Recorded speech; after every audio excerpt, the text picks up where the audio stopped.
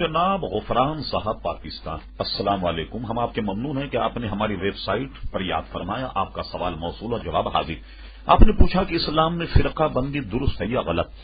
محترم غفران صاحب، قرآن مجید فرقان حمید النص واعتصموا بحبل اللہ جمیعا ولا تفرقوا، ارشاد باری تعالیٰ ہوا کہ اللہ تبارک و تعالیٰ کی رسی کو مضبوطی کے ساتھ پکڑ لو اور تفرقہ نہ ہو، تفریق مت کرو یا فرقے فرقے نہ ہو جاؤ۔ اب جو شخص اسلام میں نیا فرقہ پیدا کرے، اصل ذمہ داری اس کی ہے۔ ظاہر ہے کہ نبی کریم صلی اللہ تعالی علیہ وسلم نے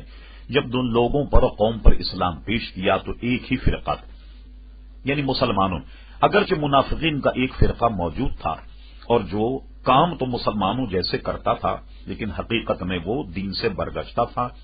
زبان سے اقرار کرتا تھا اور دل سے انکاری تھا، جیسا کہ قرآن مجید فرقان حمید نے ان کی یہ بات نقل فرمائی، وہ من الناس من یقول آمنا باللہ وبالیوم الآخر وما هم بمؤمنین۔ اے میرے محبوب صلی اللہ علیہ وسلم، یہ منافقین آپ کے پاس آن کر کے یہ کہتے ہیں ہمیں ایمان لائے اللہ تبارک و تعالیٰ پر، وبالیوم الآخر، اور ہم آخرت کے دن پر بھی ایمان لائے، وما هم بمؤمنین، مگر وہ مومن نہیں۔ ظاہر ہے کہ اسلام آنے کے بعد میں مسلمانوں سے جنہوں نے اختلاف کیا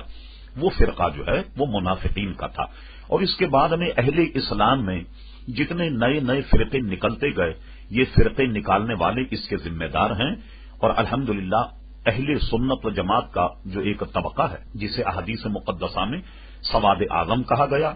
وہ آج تک قائم ہے، اور انشاءاللہ تا قیام قیامت یہ طبقہ جو ہے وہ قائم رہے گا۔ تو اس کا اصل میں ذمہ دار وہ ہے جو تفرقے بازی کرے، اور اس کی ذمہ داری اہل سنت و جماعت پر نہیں، اس لیے کہ اہل سنت کے علاوہ جتنے بھی فرقے اور طبقے ہیں یہ سب کے سب بات کی